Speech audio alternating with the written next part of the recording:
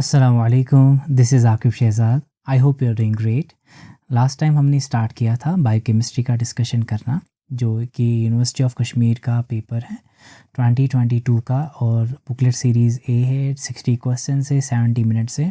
तो हमने इसका पार्ट ए जो है वो कंप्लीट किया, जिसमें हमने 30 क्वेश्चन को डिस्कस किया। आज हमें 31st क्वेश्चन से स्टार्ट करना है। So let's go on that. Question 31 we have is, which of the following does not contain any membrane? यानी इनमें से कौन सा जो ऑर्गेनली है इसमें मेम्ब्रेन नहीं होता? Ribosome, plant vacuole, endosome, vesicle. Vesicle में मेम्ब्रेन होता है, टाइनी सिंगल मेम्ब्रेन होता है। एंडोसोम में भी सिंगल मेम्ब्रेन होता है, जो कि प्लाज्मा मेम्ब्रेन की इनवर्ड बल्जिंग होती है। प्लांट वैक्यूल, इसको तो बड़ा सा एक अपना मेम्ब्रेन होता है। राइबोसोम की बात करेंगे, वहाँ पे प्रोटीन, राइबोसोमल प्रोटीन होता है, और वहाँ पे राइबोसोमल आरएनए होता है। इसमें कोई भी मेम्ब्रेन नहीं होता। तो पार्ट ए जो है इसका आंसर है। Question 32, which of the histones binds to the linker DNA that links to adjacent histones?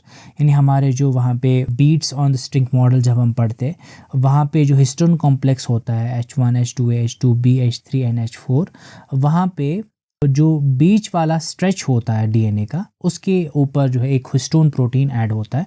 वो H3, H4, H2A, H1, इनमें से कौन सा है? तो हमारा H1 जो है वही लिंकर हिस्टोन होता है, जो कि लिंकर डीएनए के ऊपर बाइंड करता है।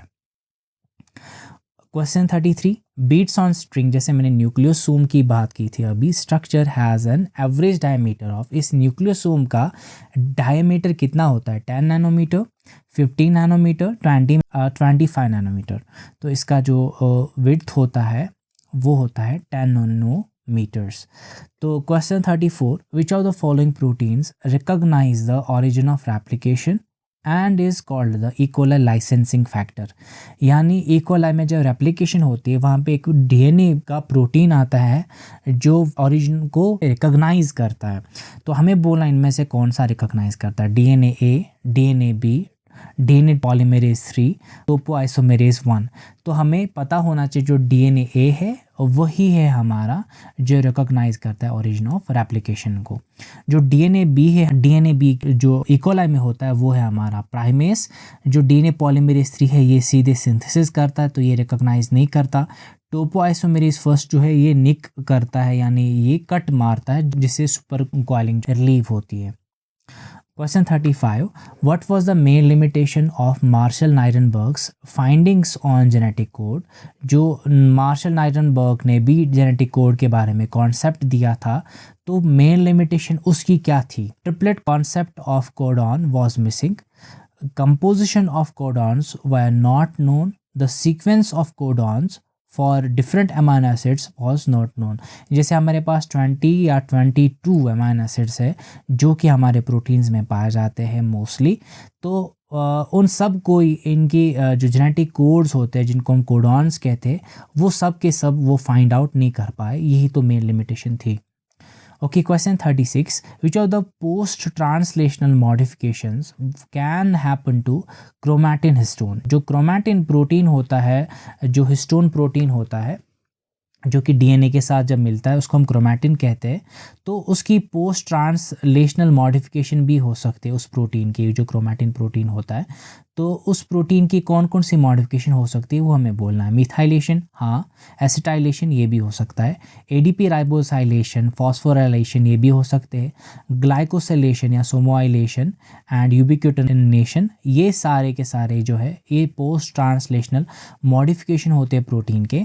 तो ये सारे के सारे डीएनए के जो क्रोमैटिन वाला प्रोटीन होता है वहाँ पे भी हो सकता है हिस्टोन प्रोटीन्स में। Two different proteins with the same molecular weight traverse different distance when run together in a native page in a cold room. The possible reason is, यानी जब हम प्रोटीन्स को विदाउट डाइजेस्टिंग, इसको हम कहते हैं native page, means the poly एक्राइल amide gel electrophoresis. जब हम इसको इलेक्ट्रोफोरेसिस करेंगे, दो प्रोटीन जिनका मॉलिकुलर वेट जो है वो सेम है, तो ये डिफरेंट डिस्टेंस कब ट्रैवल करेंगे एक कोल्ड रूम में रख के? रीज़न क्या हो सकता है जब वो उन्हें डिफरेंट डिस्टेंसेस ट्रैवल के?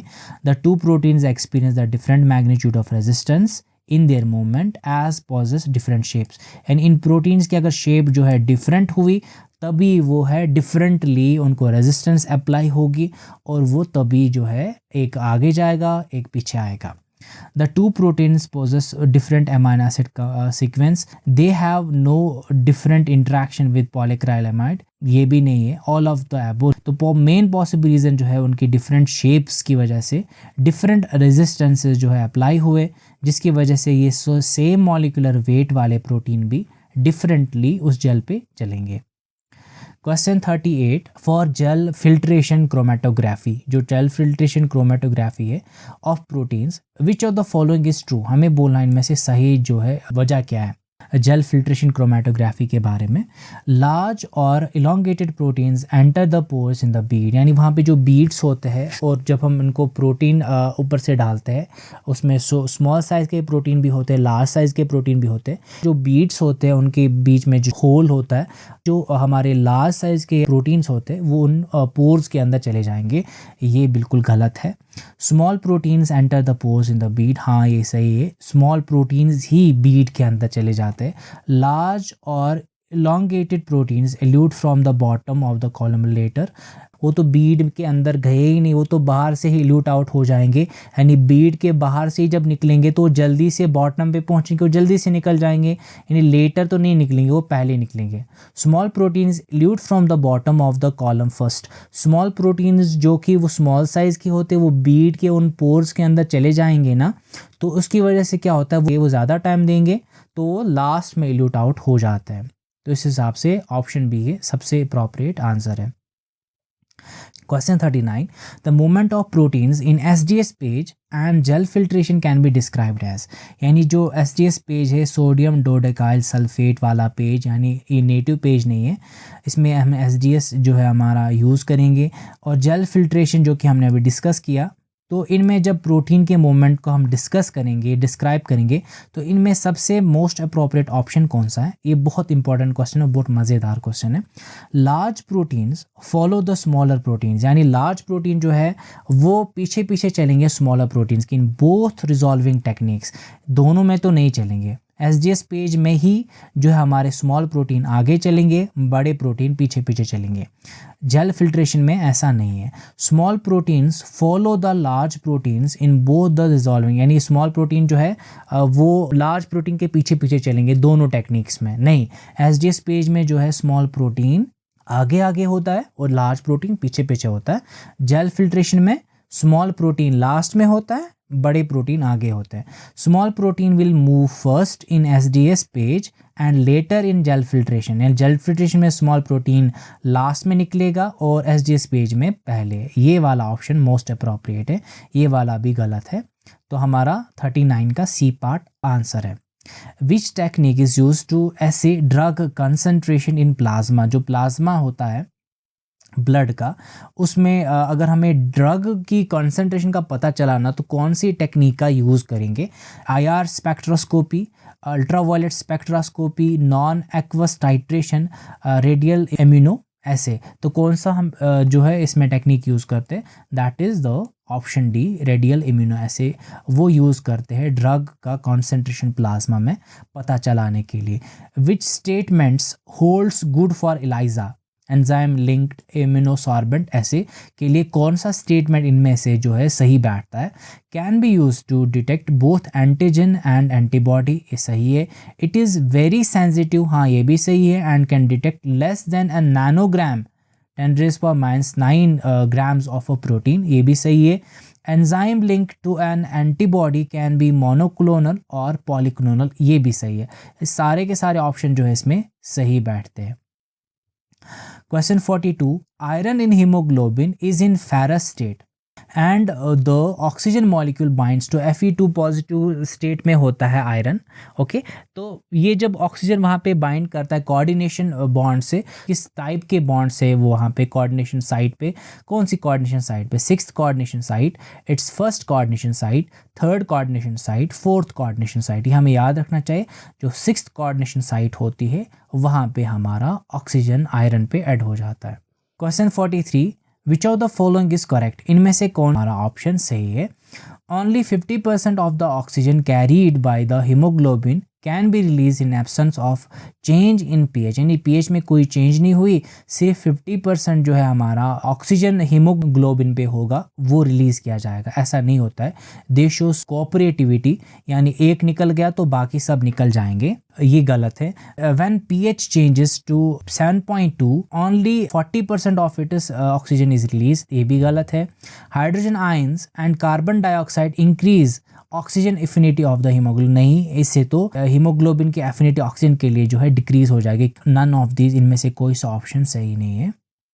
Question 44, the test for checking mean plasma glucose concentration over the previous 8 to 10 weeks, 8 से 10 हफ्तों में, यानी 2-2.5 महीने में मीन जो हमारा ग्लूकोज का कॉन्सेंट्रेशन ब्लड के अंदर, प्लाज्मा के अंदर, उसको पता कराने के लिए कौन सा टेस्ट डॉक्टर रिकमेंड करते।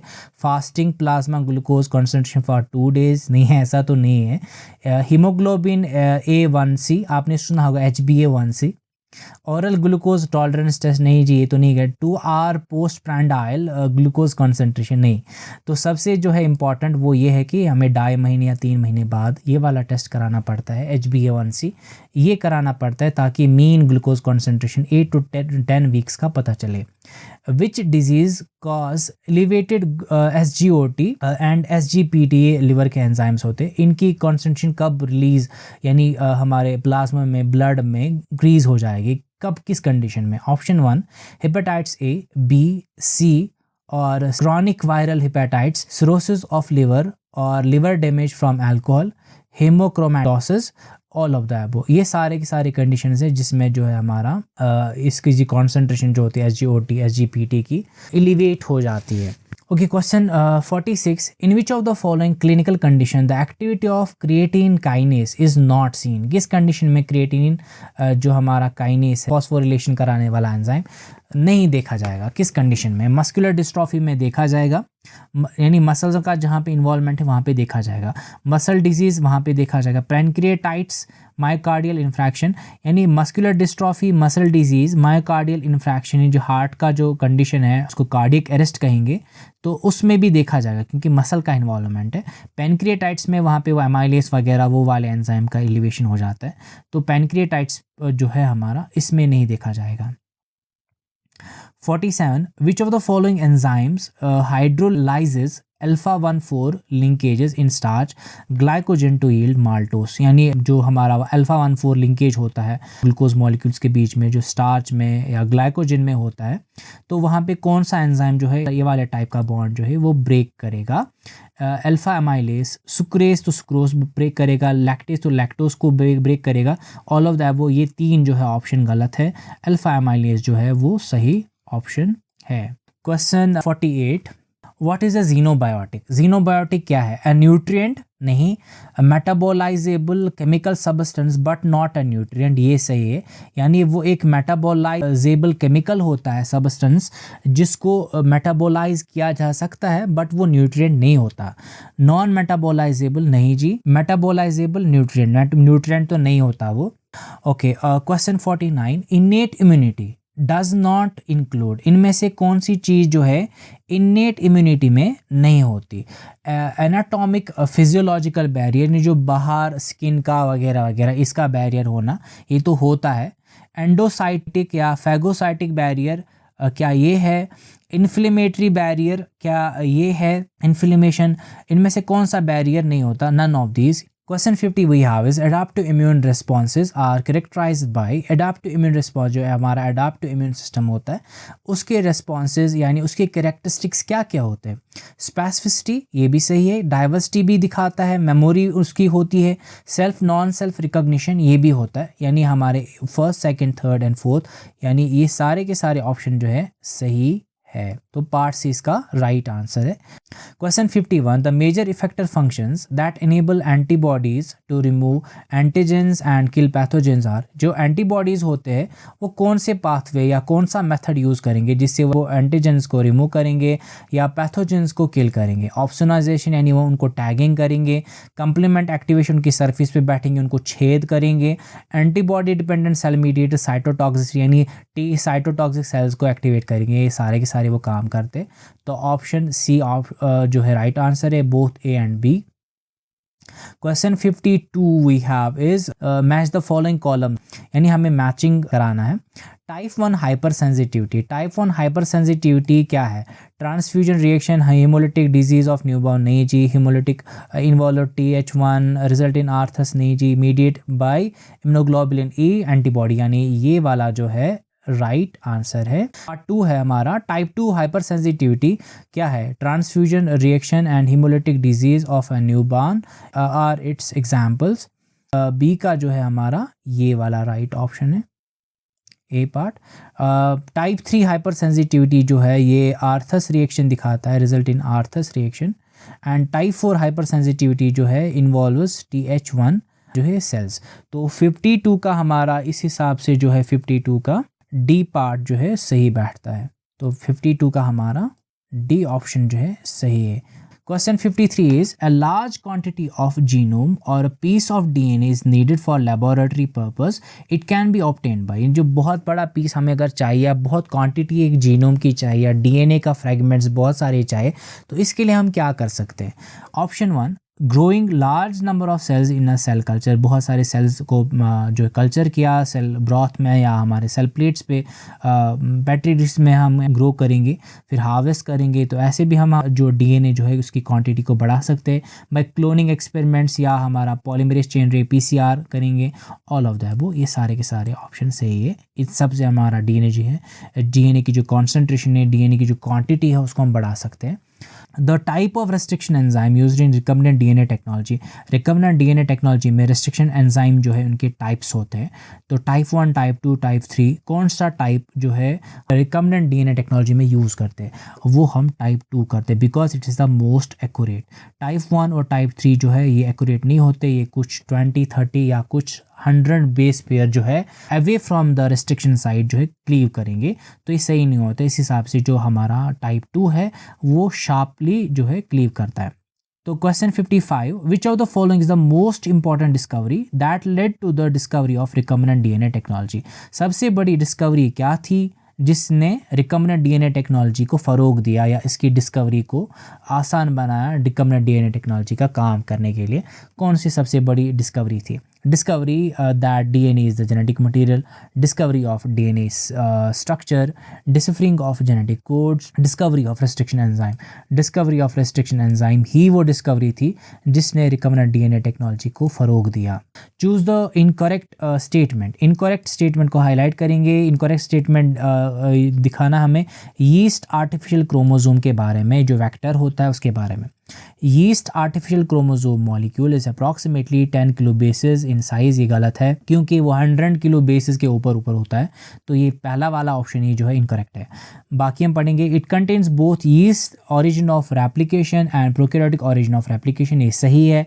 It does not contain the ampicillin resistant gene, इसमें नहीं होता। इट कंटेन्स टेलोमेरेज सीक्वेंस, हाँ इसमें होता है।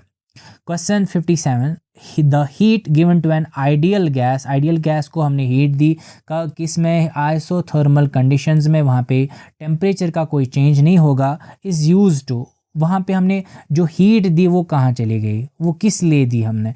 इंक्रीज टेम्परेचर, टेम्परेचर तो इंक्रीज नहीं होगा बिकॉज आइसोथर्मल कंडीशंस है। डू एक्सटर्नल वर्क, हाँ इसलिए दी ताकि वो अलग से बाहर हमें काम करके दे दे। इंक्रीज टेम्परेचर नहीं जी, इंक्रीज इंटरनल एनर्जी नहीं जी। हमारा ऑप्शन बी जो है वो सही है। 57 के बाद हमारा 58 है। Calculate the Gibbs free energy for the reaction of conversion of ATP to ADP। ATP को ADP कन्वर्ट हो गया तो वहाँ से गिब्स फ्री एनर्जी हमें जो है कैलकुलेट करनी है।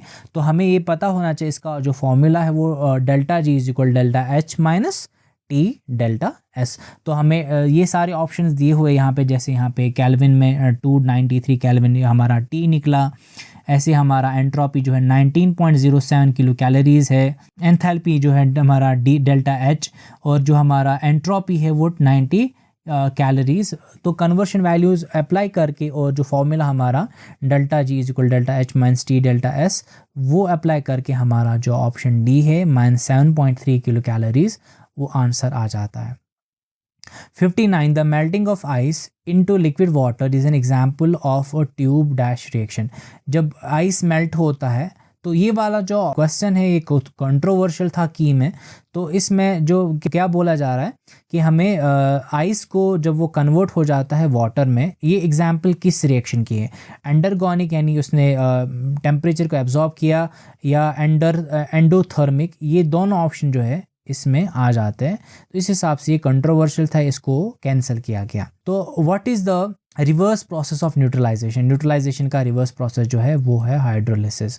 हाइड्रोलिसिस उसका जो है रिवर्स प्रोसेस होता है। Thank you so much for joining me. If you enjoyed the video, please hit the like button, share this video with other students, subscribe to my channel, press the bell icon for sure.